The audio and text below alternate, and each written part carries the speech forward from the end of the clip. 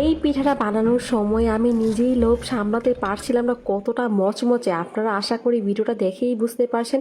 আর এত ইউনিক একটা পিঠা আপনাদের জন্য নতুন নতুন রেসিপিগুলো দেওয়ার চেষ্টা করি। আর এটা কিন্তু যে কোনো ডালাতেও দিতে পারেন। এখন যেহেতু বিয়ের সময়, বিয়ের সিজন, আপনারা চাইলে কিন্তু এটা ডালাতেও দিতে পারেন, কিংবা আপনারা চাইলে এটা শীতের পিঠা হিসেবেও রাখতে পারেন।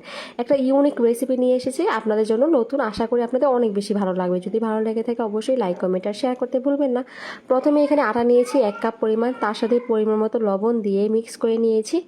এখন এর মধ্যে দিয়ে দিব আমি 3 টেবিল চামচ পরিমাণ রান্নার তেল। এই পিঠাতে তেলটা একটু বেশি দিতে হয়, তাহলে কিন্তু পিঠাটা অনেক বেশি ক্রিস্পি হয়। আর তেলটা দেওয়ার পর সব কিছু একসাথে মিক্স করে নিয়েছি। আপনারা দেখেই বুঝতে পারছেন আটার সাথে তেলটা মিক্স করার পর কীরকম হয়েছে। তারপর কিন্তু এখানে আমি পানি দিয়ে দিচ্ছি। নর্মাল পানি দিয়ে আমি ডোটা তৈরি করে নিব।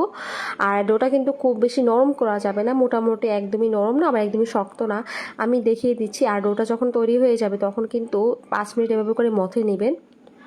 তো 5 মিনিট মথে নেওয়া হয়ে গিয়েছে। এখন এটাকে আমি একটু ঢাকনা দিয়ে ঢেকে রেস্টে রেখে দিচ্ছি প্রায় 10 মিনিটের জন্য। 10 মিনিট পর ঢাকনাটা খুলে নিচ্ছি। এটা কিন্তু অনেকটাই সফট হয়ে গিয়েছে। এখন এর থেকে আমি যেই কয়টা পিঠা বানাবো সেই কয়টা মানে একই রকম সাইজ করে আমি লেচি কেটে নিচ্ছি আর কি।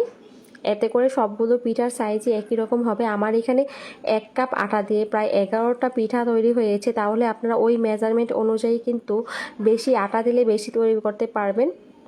তো এখান থেকে আমি একটা লেচি নিয়ে নিয়েছি। এখন কিন্তু আমি রুটি বেলে নিয়েছি। রুটিটা অনেকটাই পাতলা হবে, আমি দেখিয়ে দিচ্ছি। রুটিটা কিন্তু ঠিক এরকম পাতলা হবে, আর বেশি কিন্তু বড় হবে না, মোটামুটি ছোটোই একটা রুটি থাকবে, যেরকম আমরা লুচি করি না ঠিক সেরকম হবে। এখন একটা ছুরির সাহায্যে আমি মাঝখান দিয়ে কেটে নিচ্ছি। এটা কিন্তু সাইড দিয়ে কাটা যাবে না, শুধু মাঝখান দিয়ে এভাবে করে চিকন করে কেটে নিতে হবে। দেখেই আশা করি বুঝতে পারছেন। তো এভাবে করে কেটে নিয়ে আমি এটা কিন্তু একটা ফোল্ড করে নিচ্ছি। আমি যেভাবে দেখিয়ে দিচ্ছি সেভাবে করলেই তৈরি হয়ে যাবে। আপনারা আশা করি দেখেই বুঝতে পারছেন কিভাবে ফোল্ড করেছি। এই পিঠাটা কিন্তু একদমই ইউনিক একটা পিঠা, আমার কাছে অনেক বেশি পছন্দ হয়েছে। আশা করি আপনাদেরও অনেক বেশি ভালো লাগবে এই পিঠাটা বানানোর পর। এভাবে করে কিন্তু আমি সবগুলো পিঠা বানিয়ে নিচ্ছি। তো এখানে আমি 11টা পিঠা তৈরি হয়ে গিয়েছে। এখন এগুলোকে ভেজে নেওয়ার পালা। এর জন্য আমি আগে থেকে শিরাটা তৈরি করে নিই। ভাজার আগে আমি শিরাটা তৈরি করে নিব। এখানে আমি 1 কাপ পরিমাণ চিনি নিয়েছি আর হাফ কাপ পরিমাণ আমি পানি দিয়েছি। সব কিছু একসাথে মিক্স করে নিয়ে শিরাটা তৈরি করে নিব। খুব বেশি পানি দেওয়ার দরকার নেই, কারণ এটা একটা ঘন শিরা হবে। তো এখানে আমি একটু লেবুর রস দিয়ে দিয়েছি যেন বেশি আঠালো না হয়।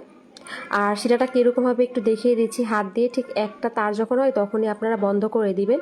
তো এখন বন্ধ করে একটা সাইডে রেখে দিচ্ছি। এখন পিঠাগুলো ভাজার জন্য আমি তেল দিয়ে দিয়েছি। তেল দিয়ে চুলার হিটটা কিন্তু আমি এখন মিডিয়াম টু লো